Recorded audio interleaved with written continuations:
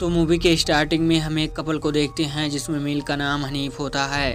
वह अपनी वाइफ और 3 बच्चों के साथ कहीं जा रहा था। इनफैक्ट वह एक आर्फन था जिसे बाद में किसी ने अडॉप्ट कर लिया था, लेकिन अपना पूरा बचपन उसने जिस आर्फनेज होम में बिताया था उसके ऑनर अब बहुत ज़्यादा बीमार थे और उन्हीं की खबर लेने यह लोग उस आर्फनेज होम की तरफ जा रहे थे। तभी कार ड्राइवर को लगा कि उनकी गाड़ी से कोई चीज़ टकराई है। गाड़ी से उतर कर देखते हैं तो सड़क के किनारे एक हिरण पड़ा है जो मर चुका है। उन्हें बहुत दुख होता है, लेकिन वे वहां से चले जाते हैं और उनके चले जाने के बाद हमें दिखाया जाता है कि रोड की दूसरी तरफ एक बच्ची पड़ी है, उसका खून भी बह रहा था और हम यह जज नहीं कर सकते कि वह जिंदा थी या मर गई थी। खैर जल्दी ही यह लोग उस आर्फनेज होम में पहुंच जाते हैं, जहां पहुंचकर हनीफ देखता है कि उसके बचपन के कई दोस्त हैं जो उसके साथ आर्फनेज होम में बड़े हुए हैं और वे भी यहाँ के ओनर की खबर लेने आए थे।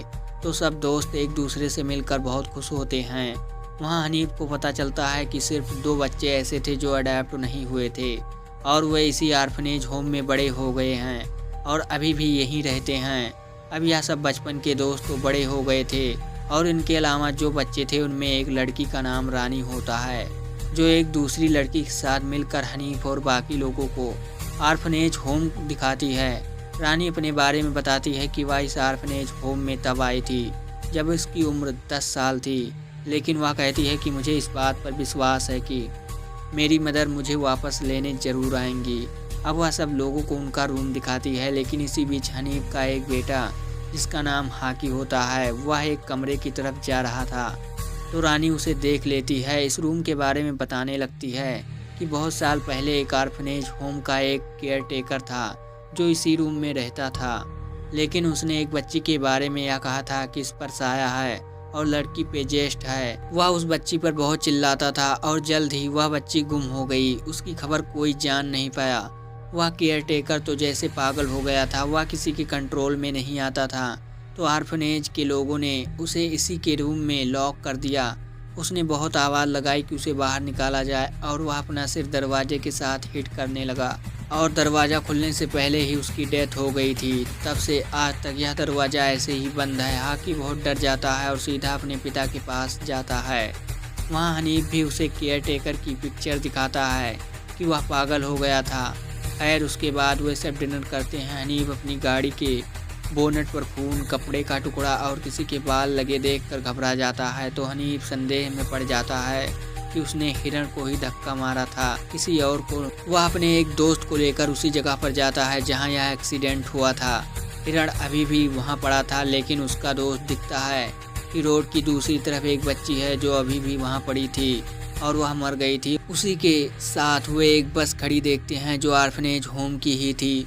वे जब उस बस के अंदर जाते हैं तो देखते हैं सब बच्चे जख्मी हुए थे और निश्चित रूप से यह कोई एक्सीडेंट नहीं था। इन बच्चों को जानबूझकर मारा गया था। यह सब देखकर यह लोग बहुत ज़्यादा शॉक हो जाते हैं और पुलिस को कॉल करना शुरू करते हैं, लेकिन उनके नेटवर्क में इशू था। वे सोचते हैं कि इस बच्ची को अपने साथ आर्फनेज होम ले जाते हैं, क्योंकि पुलिस स्टेशन तो यहाँ से बहुत दूर था। वह आर्फनेज होम आने के बाद उनका एक दोस्त उनसे पूछता है कि तुम इस समय कहाँ से आ रहे हो। हनीफ तब पूरा इंसिडेंट खोल कर बताता है। अब वह आदमी हनीफ और उसके दूसरे साथी को कहता है कि मैं उस जगह पर जाकर देखूंगा कि असली इंसिडेंट कैसे हुआ था। वह अकेला ही उस जगह की तरफ निकल जाता है। वहाँ जाकर वह उस बस के अंदर जाता है तो देखता है कि बच्चे मरे नहीं थे, बल्कि वे तो दूसरी डायरेक्शन में खड़े थे, जो देखकर उसे बहुत ज़्यादा डर लगता है और वह बस से उतरने की कोशिश करता है, लेकिन इससे पहले ही बस का दरवाज़ा बंद हो जाता है। तभी वह फील करता है कि जैसे बस के बाहर कोई है जो काले कॉस्ट्यूम पहने हुए है। अचानक बस में मौजूद बच्चे मूव करने शुरू करते हैं और उस बस के अंदर से पता नहीं किस चीज़ से बहुत ज़्यादा इंसेक्ट बाहर आना शुरू होते हैं, जो उस आदमी की बॉडी के अंदर जाना शुरू करते हैं। इस इंसेक्ट के कारण उस आदमी की मौत हो जाती है। इधर आर्फनेज होम में हम एक लड़की को देखते हैं जिसके हाथ में नाइफ और एप्पल होता है। वह खुद को आईने में देख रही थी। आईने में उसे खुद को बहुत मोटा लग रहा था। वह अपनी बॉडी को काटना शुरू करती है। लग रहा था जैसे यह लड़की भी पेस्ट हुई है, क्योंकि कोई अपनी बॉडी को इस तरह से काट नहीं सकता। दूसरी तरफ हम एक और लड़की को देखते हैं जो अपने बेड के ऊपर सो रही थी। लेकिन उस पर कुछ वार्म्स आकर पड़ते हैं। वह देखते ही देखते उसकी बॉडी के अंदर चले जाते हैं और उसे बहुत ज़्यादा दर्द होना शुरू होता है। उस लड़की का हस्बैंड चला जाता है जो आईने में खुद को देखकर काट रही थी। वह उसे देखकर बहुत ज़्यादा डर जाता है, लेकिन जब उस लड़की को होश आता है तो वह अपनी हालत देखती है और यह देखकर बहुत डर जाती है और फिर से बेहोश हो जाती है। वह अपनी वाइफ की ऐसी हालत देखकर जल्दी से हनीफ और उसकी वाइफ को बुलाता है। तभी वहाँ वह लड़की भी चली आती है जिसकी बॉडी में वार्म चले गए थे। उसे खून की उल्टी होती है जिसके अंदर से बहुत ज़्यादा वार्म बाहर आते हैं, लेकिन अभी भी कुछ वार्म उसकी बॉडी में ही थे और वह उसकी बॉडी के अंदर कलबला रहे थे।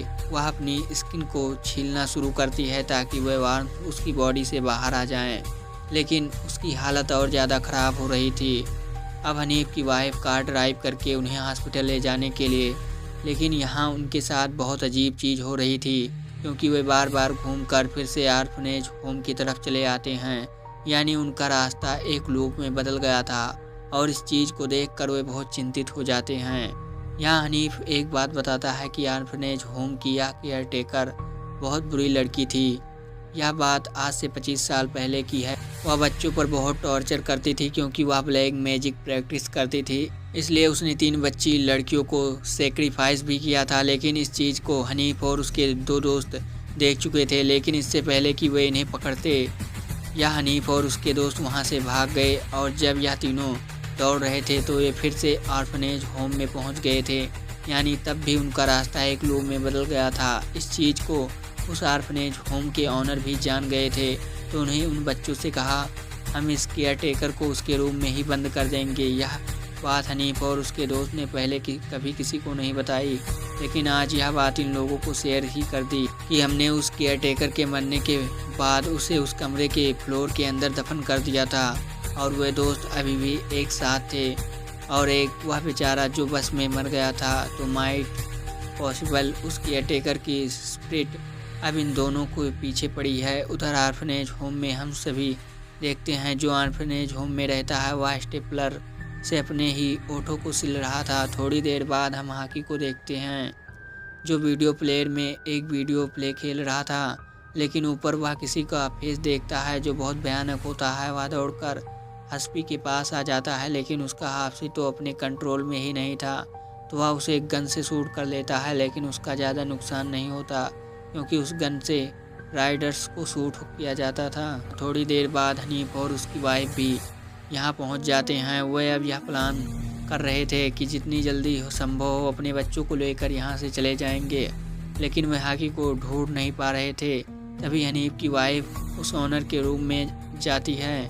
वह उसके बेड के नीचे देखती है जहाँ बॉक्स पाती है जिसके अंदर कुछ फोटोग्राफ थे और वे कुछ लड़कियों के थे। वह देखकर साफ समझा जा रहा था कि जो बीमार ऑनर यहाँ पड़ा है वह अच्छा आदमी नहीं था। वह उन बच्ची लड़कियों को मारता था और उन्हें अब्यूज़ करता था। वह केयर टेकर जिसे हम बुरा मान कर आ रहे थे, असल में वह बहुत अच्छी थी।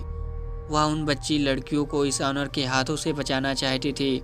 इस ऑनर ने नहीं चाहा कि उसका राज सबके सामने आए, तो उसने बच्चों के साथ मिलकर यह स्टोरी बनाई कि केयर टेकर ही बुरी और पेस्ट है।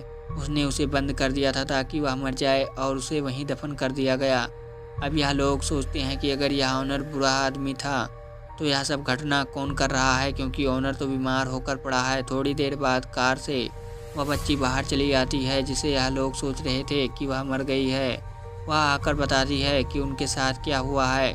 वे बच्चे ऑर्फनेज होम में पिकनिक पर जा रहे थे, लेकिन तभी उनकी बस में एक ऐसी महिला आई जो काले कपड़े पहने हैं और उस महिला के आते ही सब बच्चे पेस्ट हो गए। उन पर अपना कंट्रोल ही नहीं रहा। वह कोई मैजिकल वर्ड पढ़ रही थी, लेकिन मैं इसमें पेस्ट नहीं हुई क्योंकि मेरे कान में हेडफोन लगा था, तो मैंने वह मैजिकल वर्ड नहीं सुना। लेकिन जैसे ही मैंने सब बच्चों को देखा तो मैं वहां से भाग गई और तभी मुझे एक कार ने धक्का मारा। हनीफ को बहुत दुख होता है कि असल में यह केयर टेकर बुरी महिला नहीं थी और उसे इस बारे में रिग्रेट भी था कि वो क्यों इस ऑनर की बात में आकर उसे मार दिया। गुस्से में वहाँ जाकर ऑनर का गला दबा देता है, लेकिन उसकी वाइफ उसे ऐसा करने से रोकती है। वहाँ हनीफ एक फ़ोटोग्राफ पाता है जिसके पीछे उस बच्ची लड़की का नाम लिखा था जो मिसिंग हो गई थी।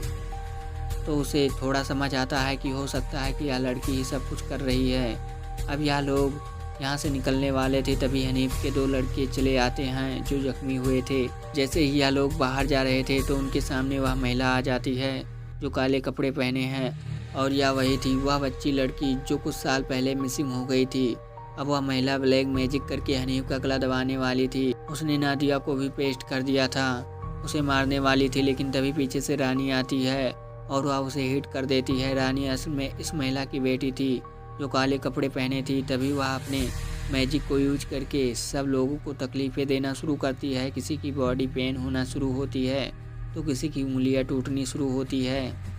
तभी वह उस रूम में आती है जहां उस लेडी को दफन किया गया था। वहां कैंडल्स जल रही थी, यानी यहाँ कोई नेचुरल होने वाला था।